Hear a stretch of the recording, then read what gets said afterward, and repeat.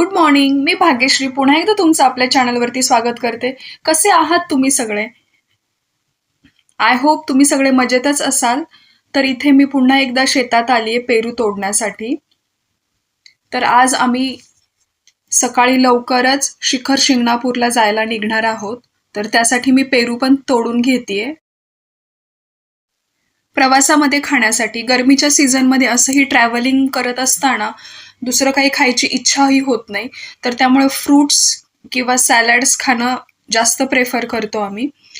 तर इथे मी चेक करते कोणते पेरू पिकलेले आहेत आणि जे पिकलेले आहेत तेच तोडलेत मी. हे पिकलेले पेरू तोडल्यानंतर त्याची पॅकिंग कशी होते आणि मार्केटमध्ये ते कसे पाठवले जातात याचा जर व्हिडिओ तुम्ही पाहिला नसेल तर तो व्हिडिओ नक्की चेकआउट करा. तो व्हिडिओ सुद्धा मी आपल्या चॅनलवरती अपलोड केला आहे. तर चला सुरू करूयात आजचा प्रवास. आणि इथे आम्ही निघालो आहोत शिखर शिंगणापूर जाण्यासाठी. शिखर शिंगणापूर हे सातारा जिल्ह्यातील खूप मोठं देवस्थान आहे. शिखर शिंगणापूर हे महाराष्ट्रातील सातारा जिल्ह्यातील अत्यंत प्राचीन आणि प्रसिद्ध धार्मिक स्थळ आहे. येथे भगवान शंभू महादेवाचे मंदिर डोंगराच्या शिखरावर असल्यामुळे या ठिकाणाला शिखर शिंगणापूर असे नाव पडले. हे ठिकाण दक्षिणेचे कैलास म्हणूनही ओळखले जाते.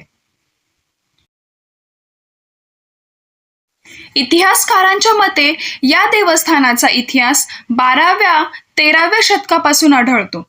यादवकालीन राजा सिंघन याच्या काळात या भागाला राजाश्रय मिळाला. शिंगणापूर हे नावही राजा सिंघन याच्या नावावरून पडल्याची मान्यता आहे. पूर्वी या परिसरात घनदाट जंगल होते आणि येथे वनदेव म्हणून महादेवाची पूजा केली जात असे. नंतर येथे मंदिर उभारण्यात आले आणि शंभू महादेव हे या भागाचे प्रमुख दैवत बनले.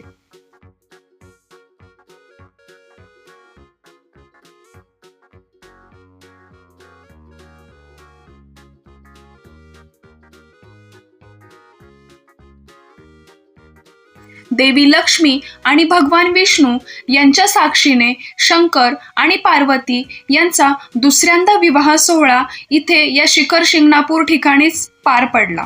इथे तुम्हाला 2 लिंग पाहायला मिळतील. एक लिंग आहे शिव पार्वतीचे आणि दुसरे लिंग आहे देवी लक्ष्मी आणि विष्णू यांचे. शिखर शिंगणापूर हे शिवाजी महाराजांचे कुलदैवत मानले जाते. त्यामुळे मालोजीराजे भोसले, शहाजीराजे आणि छत्रपती शिवाजी महाराज देखील येथे दर्शनासाठी येत असत. मालोजीराजे यांनी या मंदिराचा जीर्णोद्धार आणि डागडुगीचे काम केले. चैत्र महिन्यात येथे मोठी यात्रा भरते. लाखो भाविक कावडीत पाणी घेऊन मुंगी घाटातून पायी चढाई करून शंभू महादेवाचे दर्शन घेतात.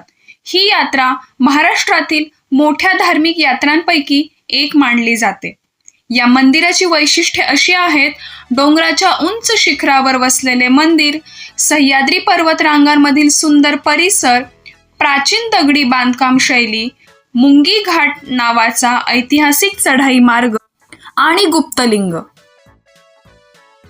तिथे असणारे पायथ्याशी जे तळे आहे ते सुद्धा मालोजीराजे भोसले यांनीच बांधले आहे. शिखर शिंगणापूर हे केवळ मंदिर नसून महाराष्ट्राच्या लोकपरंपरा, दैवत संस्कृती आणि वारकरी श्रद्धेचे महत्त्वाचे केंद्र आहे. ग्रामीण भागातील लोक आजही शंभू महादेवाला आपल्या कुलदैवताप्रमाणे मानतात. तर अशा प्रकारे आमचा प्रवास झाला. तुम्हाला आजचा व्हिडिओ आणि आजची माहिती कशी वाटली हे कमेंट करून नक्की सांगा. चॅनलला सबस्क्राईब केलं नसेल तर सबस्क्राईब करा. भेटूयात पुन्हा एकदा. Bye bye.